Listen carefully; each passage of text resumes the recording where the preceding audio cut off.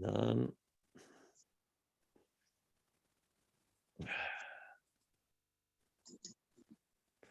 Okay, good morning.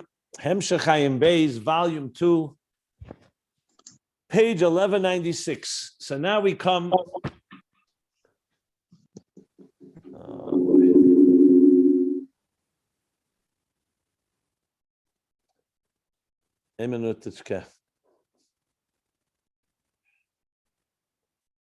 So now we come to the last and 144th and last mimer in Ayin Beis,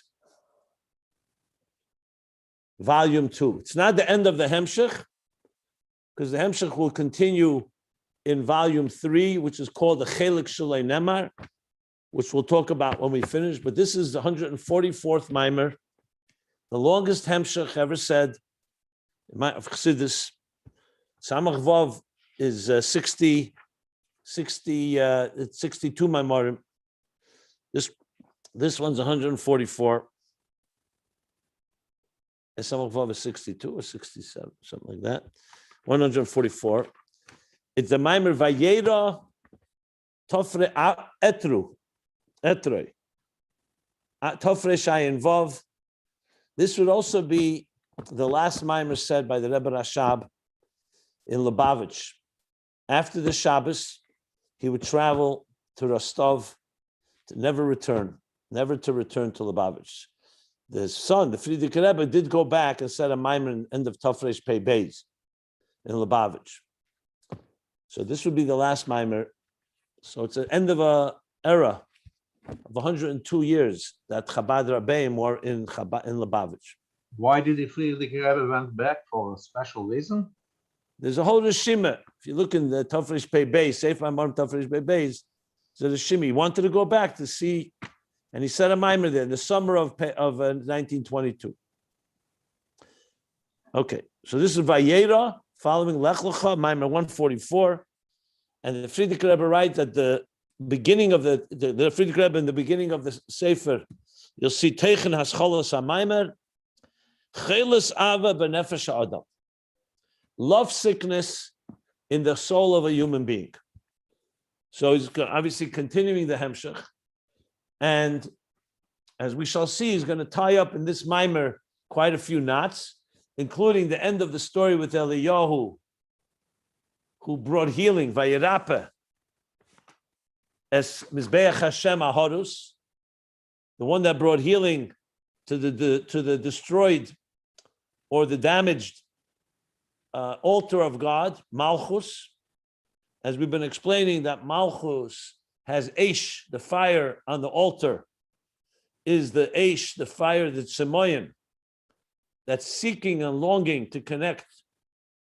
El Ish, Eish Ishach, Chukosach, to connect to the Ish, Eish Hey, to connect to Eish Yud, Eish Chera, the dark fire, connect to the white fire, Eir HaGvul, which is subject to the dark and illuminates the dark, to connect to the white fire that's beyond the darkness, beyond the tzimtzum, and reveal that down below.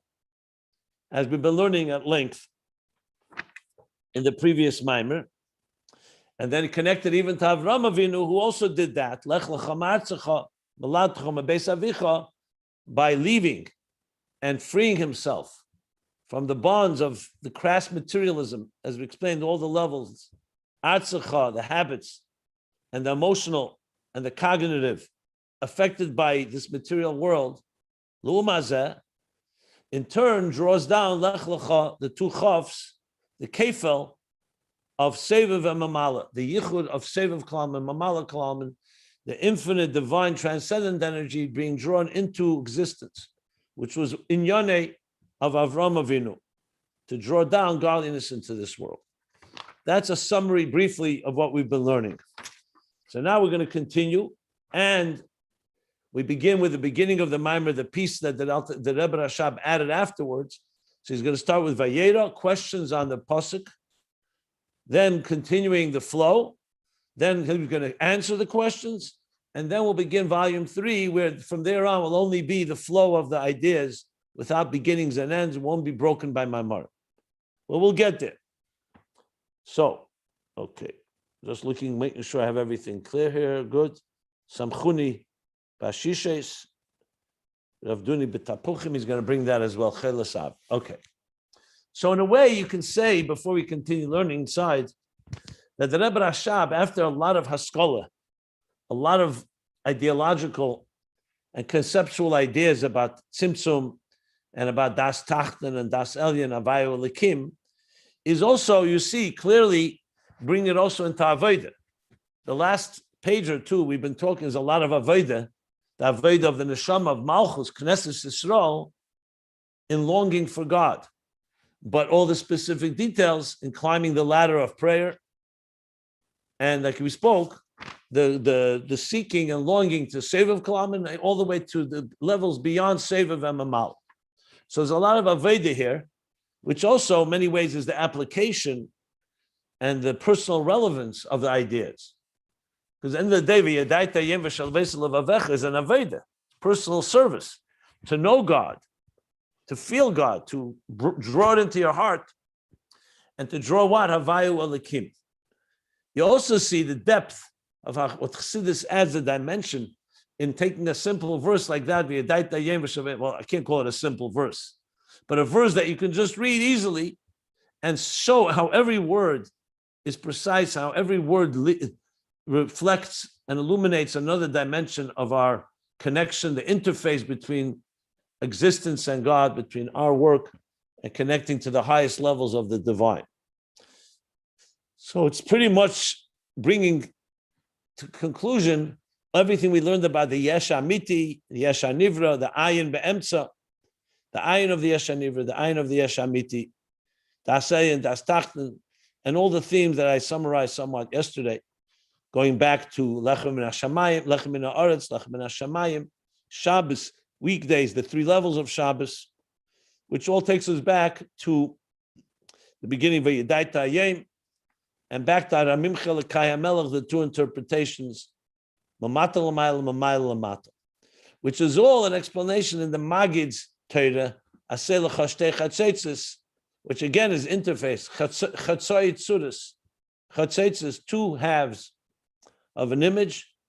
We created a divine image, connecting with the other part, the divine as it relates, as God manifested in a form of a structure and Giluyim, as we learned earlier.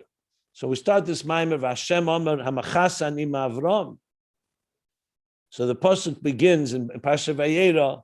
The context is that that the Pasha Vayera, we have the Malachim come to visit Avram Avinu, and one of them is, each one of them has their own message and mission. One of them is purpose is to destroy Sodom. So we have this verse, which is one of the rare places where God reveals his thoughts. It says, Hashem Omar, who did he say it to himself?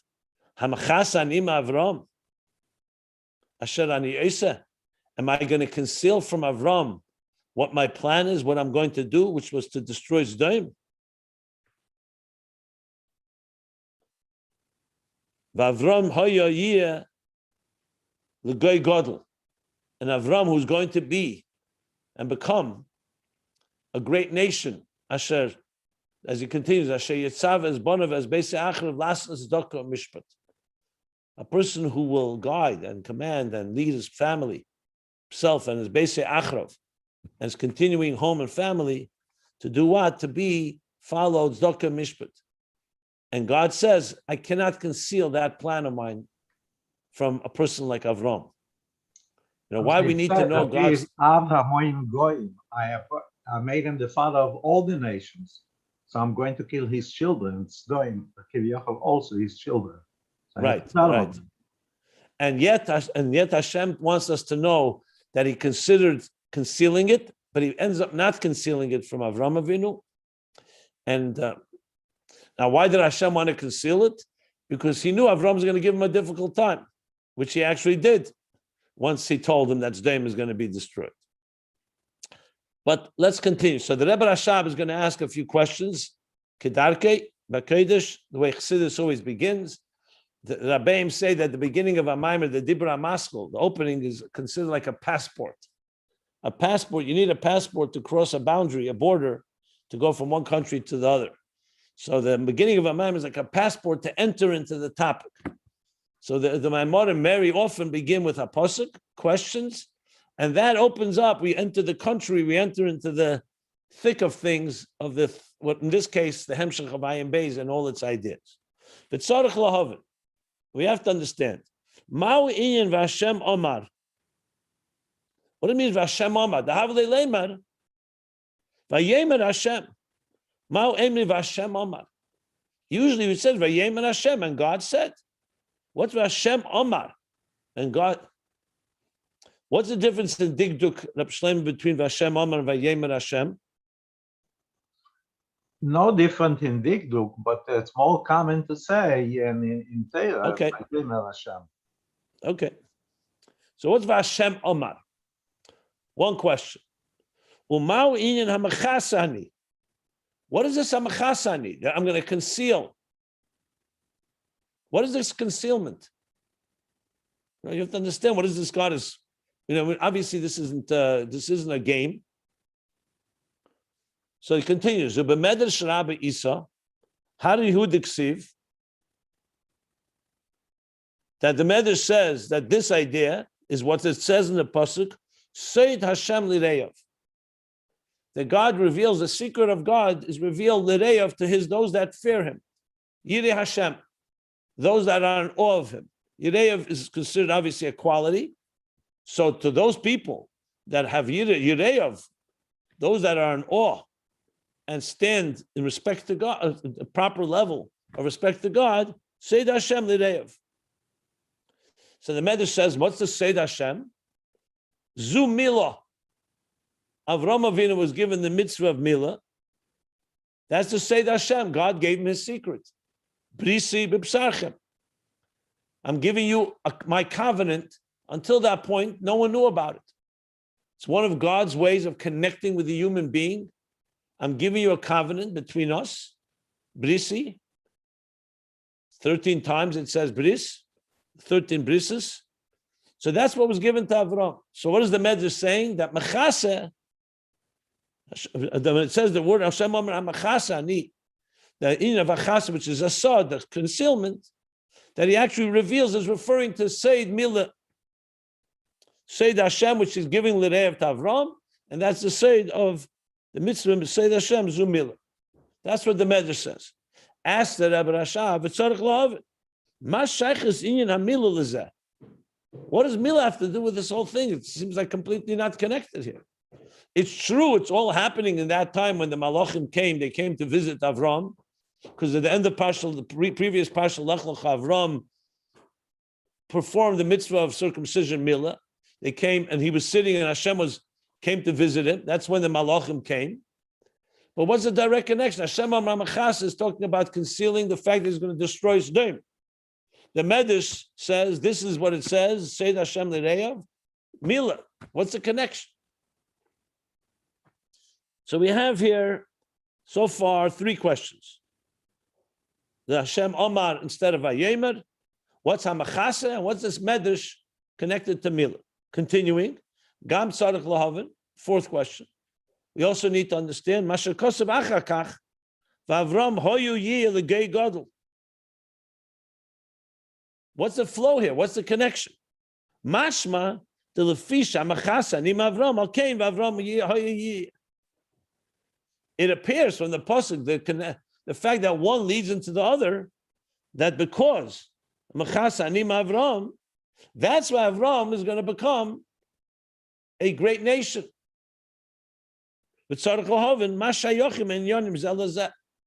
we need to understand what's the connection of Hamachasa, the concealment and the revealing, to the fact that Avram is going to become a great nation. Those are the 4 questions he asks, which again will be answered at the end of the Maimer. And now, in the classic style, the Rebbe Rashab says, and calls yesh lahagdim, always the same language. To understand all this, yesh lahagdim, one needs to preface Mashin is bar le'il, that which was explained earlier. But Mashakosav samchuni ba'ashishes. Remember the end of the last Maimer? We learned about Samchuni Bashishes, which is what? That sustain me, Bashishes, with the flagons of wine. Kichelis ava ani, because I am lovesick, because I am yearning and longing for you, and I need you to relieve me and sustain me, basically quench my thirst, so to speak, because I'm longing and I'm lacking. So what did we learn? Shezem maimer knesses Yisrael de le'ela, the bechinas Malchus. I'm sorry. This is the statement of Knesset Yisrael above, meaning the community, the Knesset, the gathering of Israel, the Neshamas above. This is their statement. They're saying, Samchuni Bashishes. The Bechinas Malchus is Bechinas Kechelis Ava. Because the level of Malchus is in a state of Chelis Ava, of lovesick, meaning that it's in very deep love, but it feels like it's lacking. It's thirsty. Loving and seeking and longing for God.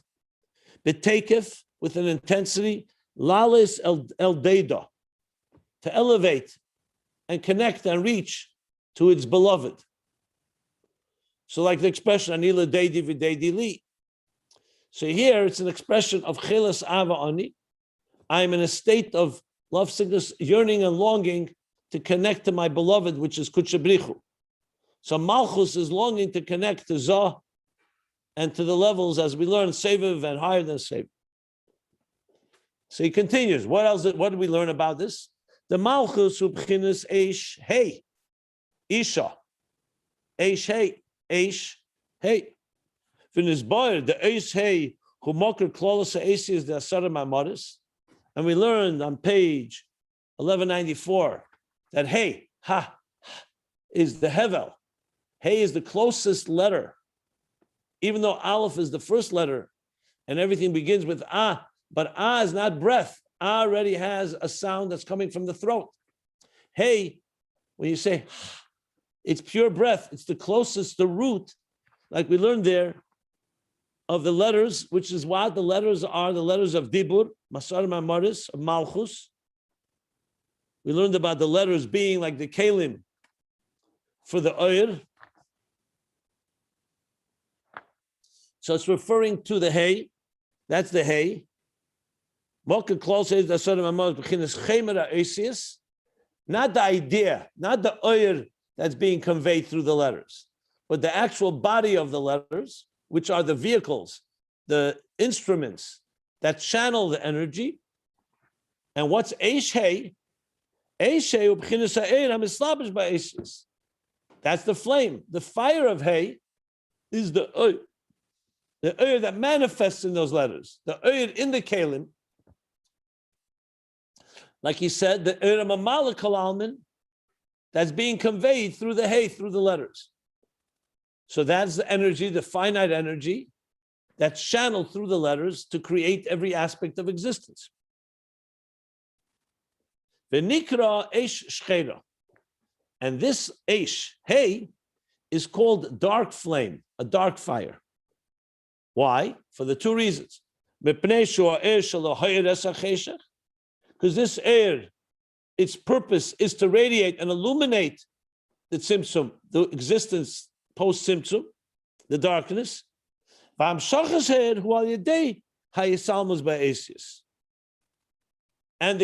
the transmission of this air is through being concealed in these letters.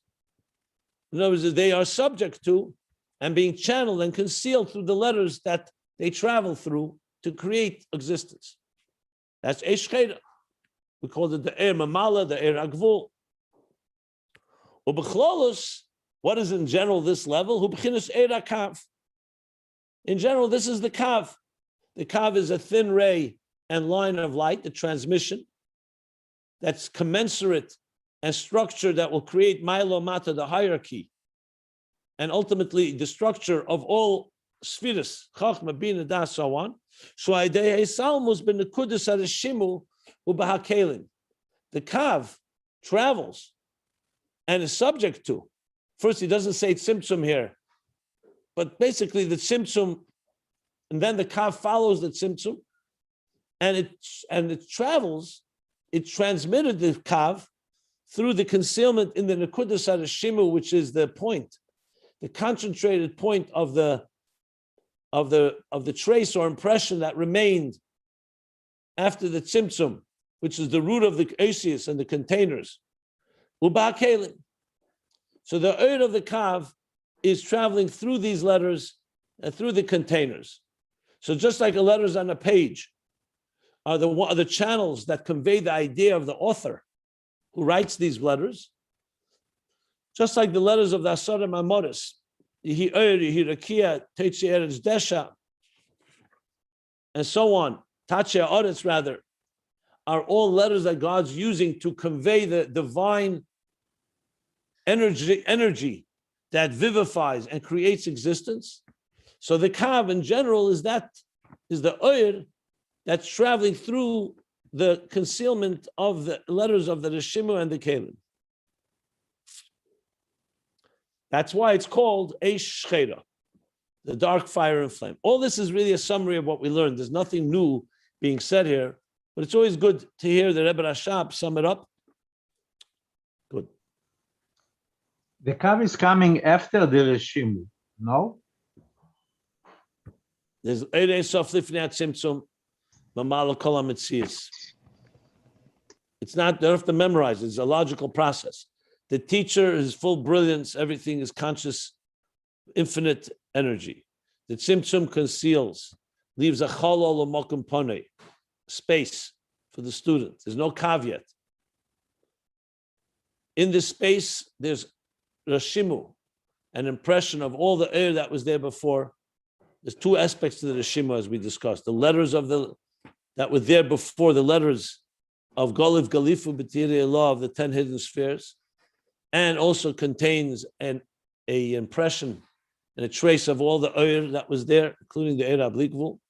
Then comes, as the Al Rizal continues, Chazer V'Hoyer, and now comes a kav that travels from the Igul HaGodel, from the Eir Lifnei Tzimtzum into the Cholol, but now it's a thin ray of light that is traveling through the Tzimtzum, through the Reshimu, and through the Kelim to create everything in existence. So you need both. You need the light, because without the light, everything just remains in a very dormant and silent state, even though there are letters there. But you need the paintbrush of the Reshimu, of the Kav, but the Kav comes through the Salmus of the Reshimu, and then the Salmus of the Kelim that are rooted in the Reshimu. So yes, the Kav follows the Reshimu. Okay.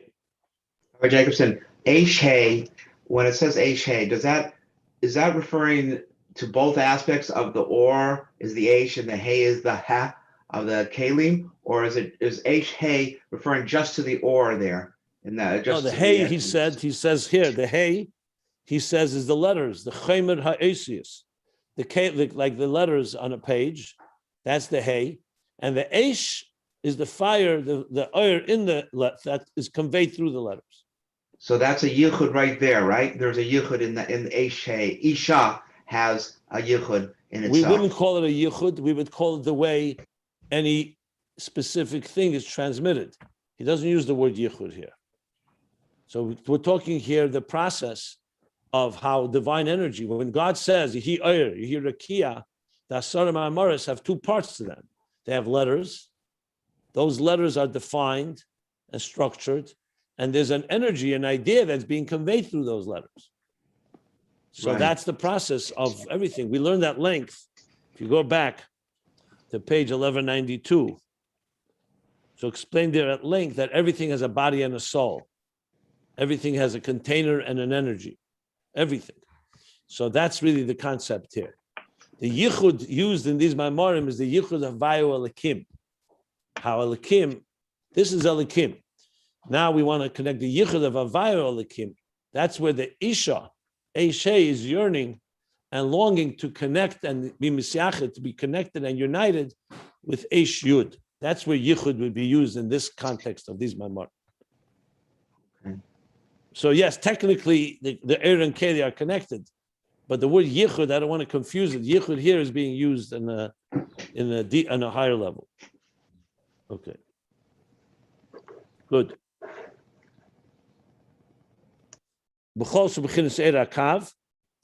That is Shabbat Day Salmos ben the Kudus Harishim Ba'Kelim. And this is the energy of Mamala Kalamin. Mamala Kalamin is the immanent energy, Mamala, that fills and permeates all of existence. And now comes the second Eish, the Eish Levana, the white fire, Hu Ha'eden Sof Habligvul. This is the infinite divine light. Shubchin is Gili Ha'atzmus. And just as the dark light, dark fire, is both comes to reveal, to illuminate existence, the darkness, and is subject to the darkness of the Tzimtzum. Here, both are not the opposite. In Eid Abligvul, it's not coming to illuminate the darkness. It's coming to reveal Atzmus, what Atzmus is like.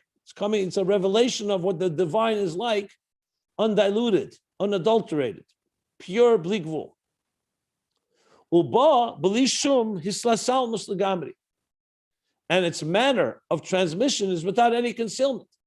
Yes, initially the tzimtzum we learned conceals it from the recipients, from the space within the tzimtzum, but the Ayr itself has never been diminished. It was just told to recede and remain in its place and not affect in any conscious way the space where existence is being created. Like the teacher who remains just as brilliant before his tzimtzum and after his tzimtzum, just like before the tzimtzum. However, he's not revealing his brilliance to the student. He's only revealing the Eir HaMamala, the Kav, to the student. So there you have these two levels, and now comes the Avodah, the connection. To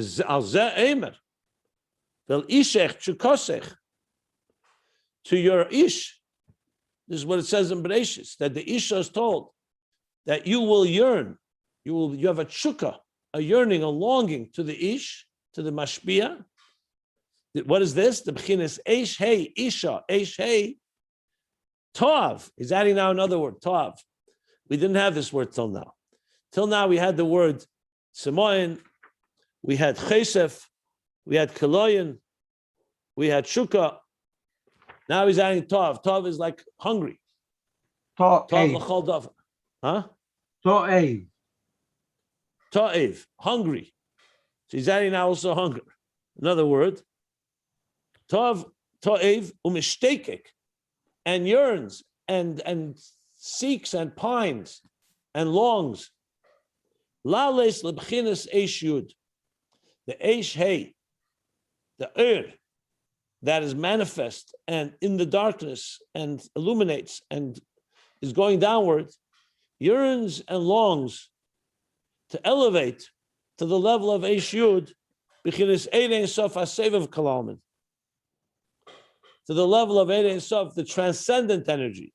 It's beyond existence, the infinite energy. And even more than that, b'chinas Atzmus Eid Sof, Shalamayla b'chinas Sevav Amal. The next level. Even higher, reaching Atzmus Eid Sof, not just Eid Sof HaBligvul, but a level that's higher than Seviv Emamal. So this, in a nutshell, is what Avodah is all about. You begin by living in your existence. You first start longing to reveal the divine within you, the neshama as it manifests inside the body.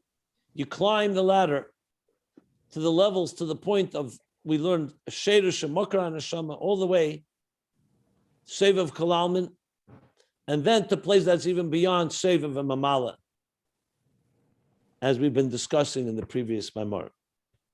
That's a summary by the Rebbe Rashab of last Maimar, which is now going to serve as a bridge and flow into the next Maimar here. That ultimate level is that the Mila Bechina Soviv Male, that's a level that exists after the Tzimtzum, or only after, or before the Tzimtzum, Lifnei Tzimtzum? Both. Both. Depends where you're talking. Ultimately, it's before the tzimtzum, because even Sevav here, he's talking before the tzimtzum. Oh yes, I thought it was so. There's a Sovev after the Tzimtzum too. No, that's what I thought we But were talking about. Were you here in all the classes the last few weeks? Probably not, right? I missed some. Yeah. Okay, well, the discussion is Sevav here is the Igul HaGadol that was not affected by the Tzimtzum, only affected that it shouldn't radiate. So ultimately, we're talking here pre-Tzimtzum consciousness in a post-Tzimtzum reality, as is the central theme of the last few hundred pages. Now, in microcosm, when it comes to us, especially in our Aveda, it's all relative. You know, if you're starting your Aveda right now, it could be Sevav Kalam and can just be having a little B'chol Ma'itcha to give instead of $5 as Daka, to give $6 as Daka. So it all comes down to, once you spell it out in Aveda, then it comes down to each individual, what is for them Sevav. If you're talking in the whole picture, in the big picture, all levels, it includes before the tzimtzum. So it all comes down to which way you're speaking. But in the big picture here, he's talking about the highest levels here, as we discussed, yeah. But briefly, as I said, each of us has these three levels. We begin with Mamala, the divine that we relate to. That's like simply making a bracha on food. Birchas HaMazon, Birchas HaShachar, Birchas HaNenin. You know, when we acknowledge the divine that's giving us life and sustenance, those blessings that we make, we're basically recognizing we're not self-made human beings. We're recognizing the divine, that lo yelechem levada yichya adam, that not on bread alone does man live, does a person live, but al meitzi pi Hashem yichya. Meitzi pi Hashem is definitely mamala kalam. Meitzi pi Hashem in meitzi lechem min haaretz. That's the bracha. Meitzi lechem min haaretz. Beire mina mezenes. Beire priya gofen. Hashahakol neh b'dvarei. Beire priya eitz. That then leads us that that's not enough. We want the connection not just to the artist as he created the art, but to the artist that is beyond the art. And that's already Sevav Kalam, the divine that's not defined by existence. Because anyone really seeking, a real longing, a seeker, doesn't just want, we don't just want the minimum, we want the maximum. So the next level is reaching Sevav Kalam, and then to the levels, as we learn, that are beyond Sevav Mamala. And all this is indicated in the pasuk v'yadaita Ayin v'shavesel levavecha v'hashivesel levavecha ki Hashem hu Elokim. The yichur of Havaya and Elokim is Sevav Mamala on two levels. Havaya Elokim al aretz mitachas is the divine within existence. Havaya, as it relates to Elokim in the divine, the Yesha of the Ayin HaNivra, the Ayin of the Yesh HaNivra rather, and Havaya Elokim b'Shamayim Imal, the higher level of the Yichur of Havaya Elokim, Havaya de Le'ela, in the Eir HaBligvul, that the Eir HaBligvul connects with the Eir HaGvul. We're going to learn more about this, but that's the overall picture. V'hinei, and now, Malchus Lamaila, just as we just discussed this whole thing, Lamaila and Malchus. Malchus is what? Is Eish Shchera, the dark fire, for the reasons we explained.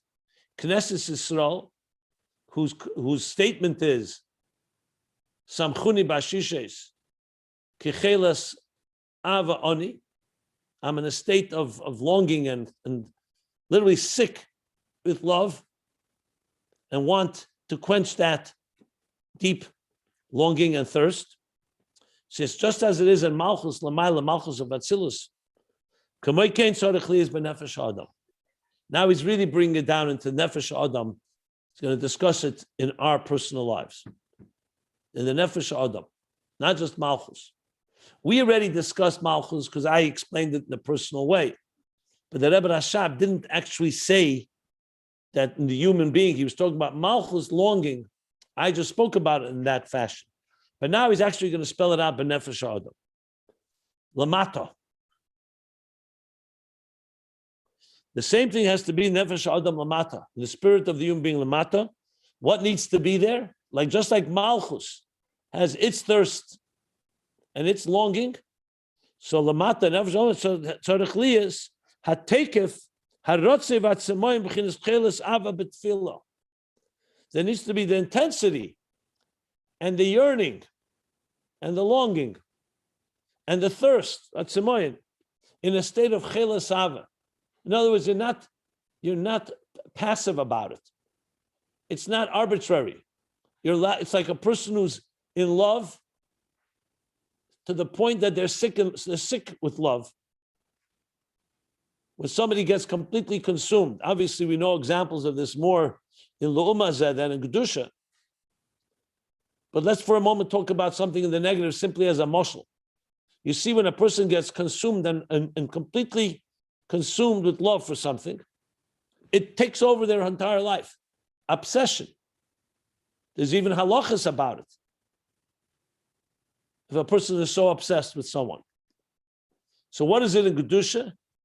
In Kedusha is a total obsession, a total being consumed, like your whole body is kolsa, nafshe, like he said. Chesed v'gam kolsa nafsha.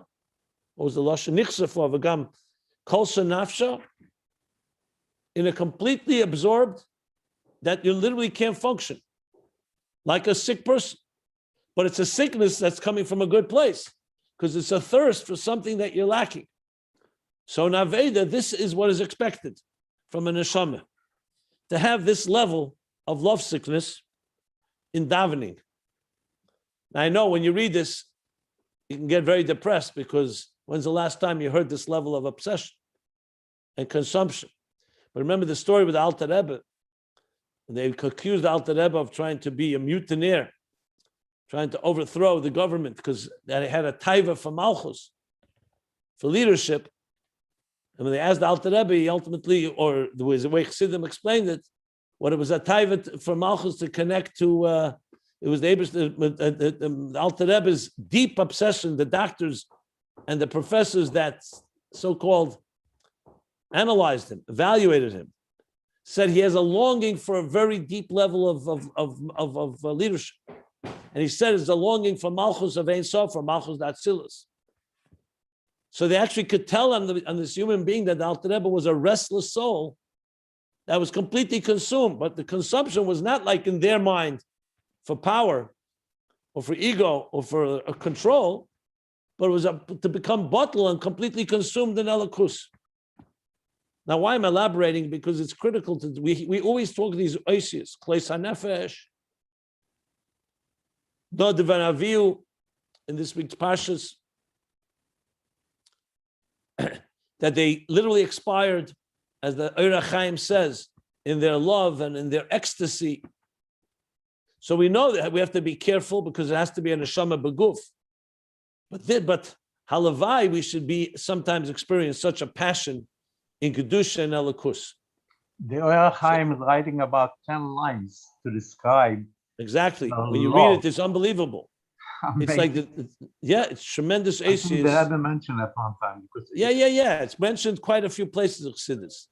What did Rabbi Teichel just say? What did Rabbi Teichel just say? He just repeated. I said the Eira Chaim in the beginning of Parsha Shmini, the Parsha we just read, has a whole 10 lines where he describes the longing and the pining and the ava and the tshuka and the yearning of Nadav and Avihu when they went into the Mishkan, and then they were ultimately consumed.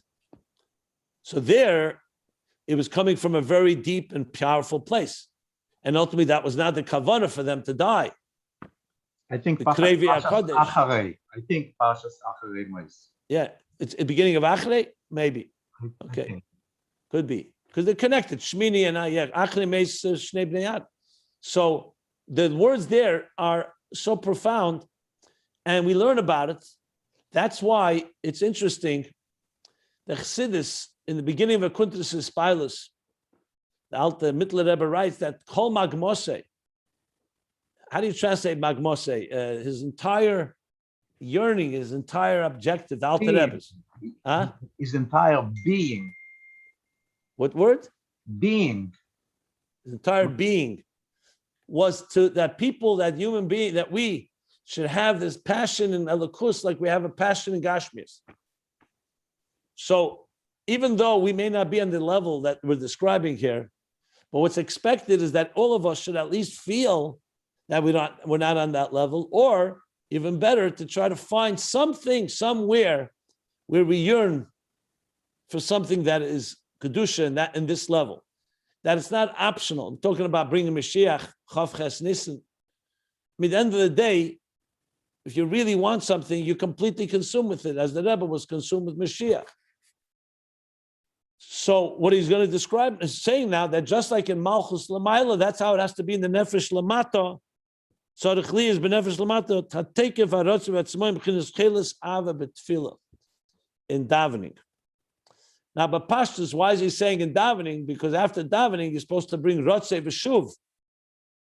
You have to come back into this world and take that passion and translate it into our daily routines and activities. The goal is not to remain there alone. But it's imagine if every morning you can reach a level to some extent of such a Rotzei, what your life would look like. Because as soon as you have passion, as we'll soon be learning, in Ruchnis and Elokus, what do you think? You're going to have less passion in materialism and Elam Hazeh, because you have now a taste of something that is great. So now he's going to discuss this in Aveda. So we're going to learn now the concept of Eish Hey and Eish Yud in Aveda Sa'adam, which is really, basically, if you really want to appreciate Er HaGvul, yearning and longing for Er HaBligvul, this is how you personalize it in your own life.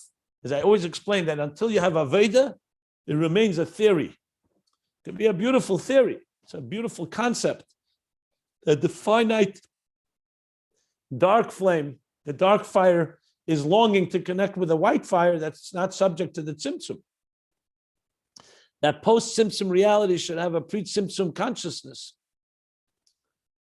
However, when you translate it into Aveda, that's when it comes alive in the most personal possible way. How can we find this in our own lives? This taste of this, at least. So that's what we're going to be learning right now, the Aveda of it. So let's continue. Why would it be referred to still as Cholas Ava? Cholas has a sickness. That has a negative connotation. Yes, sick absolutely. With love. I mean, a sick with love is not it's not something you strive for. I don't think. Absolutely. I know. Well, let's put it this way: what's the other alternative? Is not to be sick and just go on with your life. No, but you could be in a positive expression like excited with love or chuka with love or something. But the term just strikes me as a somewhat of a negative thing, being applied to the most incredible, a goal or objective in life of being this relationship with God at the highest level. And Chassidus insists on calling it chayla because, you know what? Maybe this is the true chayla. Why are you using disease and illness as your point of reference? Maybe it all begins with the fact that someone's lacking. Moshe Rabbeinu is called chaylas ava, chayla gematria mem tes, 49, because he was yearning and longing for the 50th gate. That's where the root of all chayla begins, that there's a lack. Then it evolves into the negative form of chayla. So the truth is, it begins with the positive. Right. The Rambam is also saying it in the end of his Shiur, that the same way that a person is a chayla in love, physical way, that's how it should be to the Eibishter. Yeah, and I'll go even a step further. That if a person was a chayla in Kedusha, it would may mitigate and weaken being a chayla in Klippa. That's the whole point. So the word chayla is used very precisely because it's referring to a lack, a deep, deep lack. That's the root of a true chayla. Now, as I said, it can devolve into the negative form of it. So chaylas ava is that a person in this world is not just yearning, he's actually completely consumed with it, to the point that he himself his whole body is aching to connect to God. That's the key point here. Okay. Wow, that's wow. You mean really learning it out as a lacking for God as a positive? It just, as you said, devolved into a lacking of health, in physical health in our common usage of the term. But really, has a positive sense of lacking. If we were able to achieve that positive lacking of godliness, our connection to God, it wouldn't devolve into the negative aspect of Cholet. Oh, that's Yes, beautiful. correct. Is that why Moshe Oh, yeah. Rabbeinu called Wow. the Bnei Aaron that Wow. died is higher than all of us? Because the chukwu was so much that he actually said they were superior to himself. Yeah, that's what's brought. That's what's brought. Yeah. The only thing Chassidus said that you have to have the shoy, but the rotza is a very powerful thing. You have to have the rotza with the shoy after that. The Rotze v'shuv, yeah. Look, there's some people who don't have Rotze and no shuv. Some people have a Rotze without a shuv. And you need to have Rotze and shuv. That's it. That's Rabbi Avraham Malach. The Alter Rebbe put in bagel. You know, like, look at the cardiogram. You need to yearn. You need to rise. But you also need tension and resolution. You can't just have one without the other, or else you don't have a complete picture. The 4 people who went into the Pardes, only Rabbi Akiva, Nichnas b'shalom v'yotze b'shalom. The other 3, the imbalance, one went mad, one died, and one became an apostate. The Eris and Kalim were not there. The challenge is to be able to have this deep, deep love sickness, chelas avim, and translate that bring it into Kalim. Ultimately, the goal, Rotze and Shuv, if you remember, we learned the Rotze. The Rotze is the restlessness of the soul, like the flame flickering, trying to reach its source. So that is critical. If you remember Rotze V'Shuv, Chassidus, he spoke a whole thing about it. That was Yom V'Layla, the Yadaita Yom, day and night, is Rotze and Shuv and Aveda. But then you have to reach the Seviv and then bring it into Mamala. It's not just enough to yearn and long. You have to bring it down. And then you got to return again. Bottom line is, there's never going to be animal bliss of complete, a flat line is a dead person, God forbid. You always need the pulse, the pulsating energy of Rotze and Shuv, the 2 poles, tension, resolution, angst, and then resolution. Too much angst can lead to anxiety. Too little leads to complacency. When you're busy working, you're dreaming about being at a beach and relaxing. When you're at a beach and relaxing for too long, the healthy human being begins becoming restless. And you can't have you constantly have to have both going back and forth. We're never happy. When we're on the beach, we think about our business. Hold on, one at a time. I mentioned the word beach. Everybody came alive. When we're on the beach, we think about our business. When we're on business, we think about the beach. We can't have Jacobson, that term cholas ava, you said it was referred to as Moshe Rabbeinu. Where is that referred to as? Where is that? In Medrash? In Gemara, the Gemara says it. The Medrash. I have to look it up. He brings it here in 3 lines later. Yeah. Yeah, it's but in the where? Gemara. It talks about the Memtes Shari Bina, Chamishim Shari Bina, Memtes Nitnu LaMoshe, but Moshe could not reach Shara Nun until Har Nevoy, Nun Boy, when he went up on Har Nevoy, the end of his life. I know, but point is, does it use the term cholas ava in the Gemara itself? Yeah, absolutely. Where's that? Where is that? I have to look it up. I don't have it in front of me.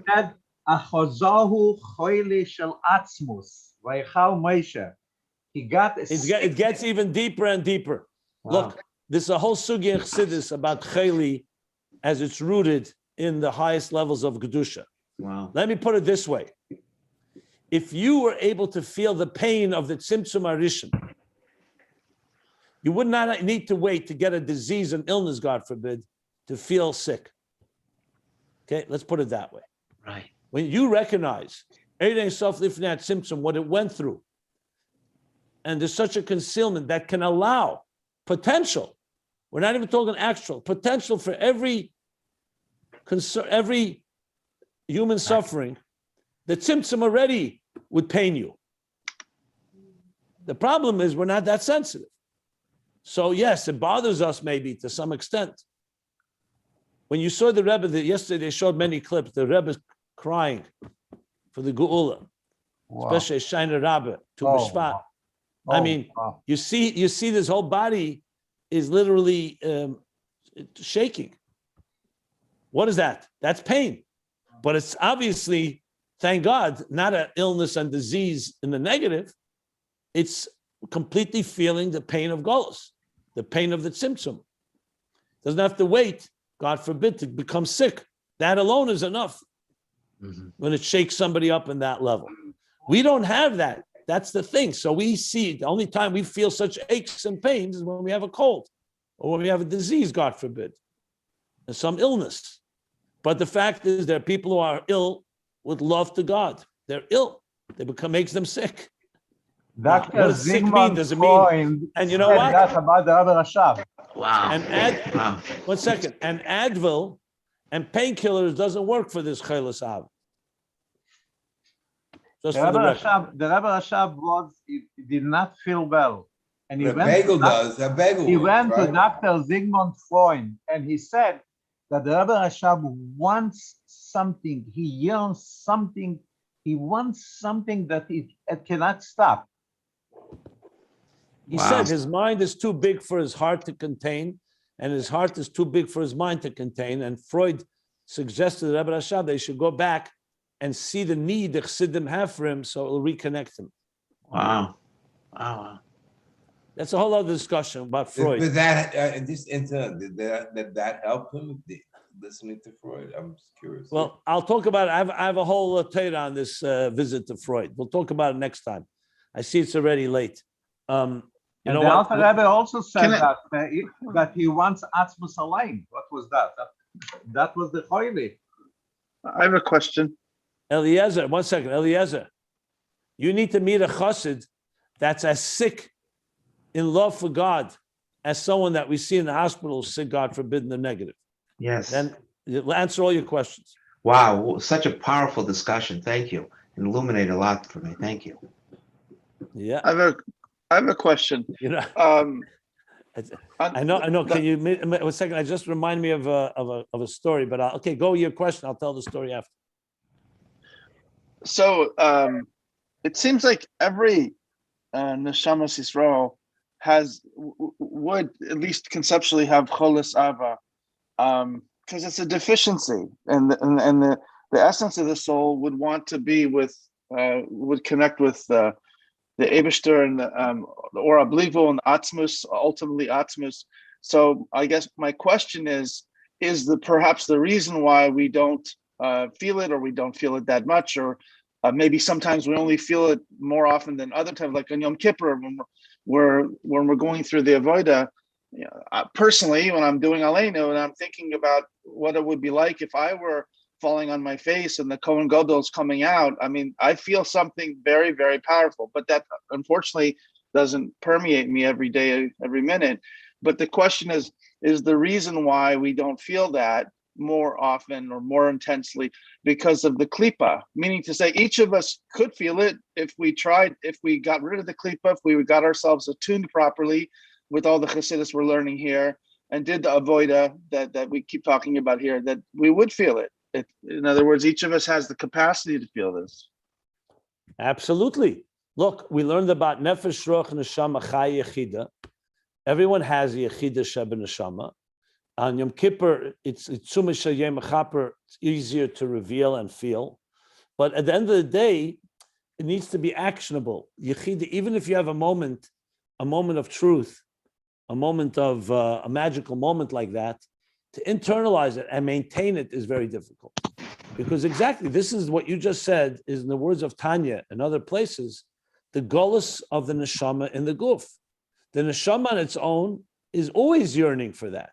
That's why we have longings. That's why we're restless. Ner Hashem nishmas adam. The soul of the human being is a flame of God. And we're constantly restless. He Perek Yud Ches, Perek Yud Tes in Tanya, he says it explicitly. We spoke about that. So, but the problem is the neshama comes into a body and a nefesh habamis, an animal soul, that has very other interests. And that's the battle. So what you're describing is welcome to the club. This is all of us in this boat, where we have deep inside of us lying these deep, deep connections and longings, but they're they're concealed, or they're in gullus, or we're distracted, or we have limited capacity. The Rebbe spoke yesterday in one of the talks they played yesterday. Chesed Yediyah, the child gives up looking for God because simply has a limited knowledge or different limitations. So that's, of course, the Aveda. That's why we learn Chassidus, and that's why we're learning all of this, to help us awaken that part of us, but also to help it internalize it in our lives in ways that we can live with it day after day after day. It's taken thousands of years until we are now at the threshold of Geula, where we're ready to conclude the process, and God will then shecht, he will slaughter the Yetzer Hara, and we'll live in a new type of reality. But that's exactly the whole point. That's the Aveda. When the guy came to the Tzemach Tzedek and said, "What should I do? I don't want to learn." Tzemach Tzedek said, "What should I do? I do want to learn." In other words, the not wanting is part of the challenge, and it's important to know that. The story I was going to tell, I might as well tell it, and then we'll conclude here. Rabbi Avram Ella Axelrod was a true chassid from Lubavitch who came to America in the 1920s. He was appointed to be a Rav in Baltimore, Maryland. But he was a real transplant from Lubavitch, pure Lubavitch. A real Chassidus through and through. As a matter of fact, I recently, a few years ago, a Pesach program, I met a Jew who was already in his 90s, and he remembers him as a child in Baltimore. And he says he was ashamed of it. He was known. Everybody knew a real true chassid. He was complete. They said, this guy told me that it was known, he never looked higher out of humility than a person's eyes. And when they asked him, how tall is the tallest building in Baltimore, or for that matter, New York, he thought it was the height of a human being because he never looked up. You're talking about people who completely self-disciplined. The story that I heard, which always, it just tells you about another type of muhus, different type, made of a different material. So when he was hired by a shul in Baltimore, he was hired, Elul, whenever, he was hired before Tishrei, comes Rosh Hashanah the first night. In Lubavitch, it was known that the first night Rosh Hashanah, the Rebbe and the Chassidim would daven barichas. They say the Frierdiker Rebbe sometimes Shema Yisrael. The first night Rosh Hashanah took 2 hours, even in New York here. So the Chassidim they daven the first night Rosh Hashanah especially. So the minyan finished Rosh Hashanah, the new stela he had in the shul. The minyan finished, and the Rav is davening and crying. The American Jews in Baltimore never saw anything like this. Now, because it was the first Rosh Hashanah, out of respect, they wanted to walk the Rav home, the new rabbi. They want to walk him home. So they're waiting. They'll say, okay, maybe he wants to daven a few extra minutes. Well, it wasn't a few minutes. It ended up being over 2 hours. He davened and davened and davened. I don't remember if I heard that they waited for him or they went home already. I think they went home. When they went home, they all got together and they said, why is he crying so much? What's bothering him? And they started looking at it. They said, maybe his wife is sick. Maybe he's sick. Maybe his children are not well. Maybe there's some tzara. They couldn't find why the Rav would be crying for hours in Rosh Hashanah. After Rosh Hashanah, they had a meeting, the board, and they said, listen, we want our rabbi to be happy. He seems to be very sad from the Rosh Hashanah davening. So one guy said, you know what? Maybe he doesn't feel he's getting enough money. We'll give him a raise. He seems to be a very honest Yireh Shamayim. They called him in and they said, Rabbi, we know we just hired you. We decided we're going to give you a raise. He said to them, why are you giving me a raise? You just hired me. They said, because we saw you crying Rosh Hashanah like this. He says, I'm very happy with the amount you're giving me. We made up in Elul. You don't need to give me a raise a month later. So why are you crying? Rav Axelrod wrote back a letter to it wasn't Lubavitch anymore, but already outside of Lubavitch. He wrote back, he says, how do you explain to American Jews why a Jew is crying Rosh Hashanah, not because of money and not because of illness? It's just the story is to me, it captures. They could never get him. They didn't understand why he would cry. They thought the only time you cry is either you're going bankrupt or because you're lacking something or you're whatever it may be. I know, I just felt that it captures somewhat a little of the Tzemoyin that he's describing here. This was Avram Ella Axelrod. So, yeah. Like the Rebbe Rashab cried why God is not revealing himself to him. Yeah. So would you say that this, somebody that becomes about tshuva, is this the same type of Avaida, love? Why don't we ask the Baalei Tshuva? Why don't we ask the Baalei Tshuva of this generation? Look, there's a story, Rabbi Mendel Marozov, when his daughter got engaged to Ben Sion Maleki from Australia, Sydney. They said to him, "You're Mendel Marozov, Mishpocha Marozov, such yichus gerza. Your daughter getting engaged to a Baal Tshuva." So Rabbi Mendel Marozov said, "It's a good point you're making. I did research and I found out he didn't do so much tshuva as you think he did." Anyway, so I know. Listen, the point being is there's an element in a Baal Tshuva that the Alter Rebbe says in the end of chapter 7 in Tanya. By the way, that was not meant to be in any way an insult. I'm just telling the story. That Perek Zayin of Tanya, that there's that Semoyin, the thirst, because he came from a place of Eretz Siv Oyev, Tzomel Nafshi, Eretz Siv Oyev, a very arid and dry land. There's a very deep passion. But I don't think he's talking only here about Shuvah. It's partially that, but also a tzaddik could have this type of chelas ava. But about Shuvah, for sure, because of the lack, could be even deeper. But you know what? I don't want to overanalyze it. We're going to learn it inside. Let's see what the Rebbe Rashab says, and then we'll apply it. Okay? So at the bottom of page 1196, we'll stop here.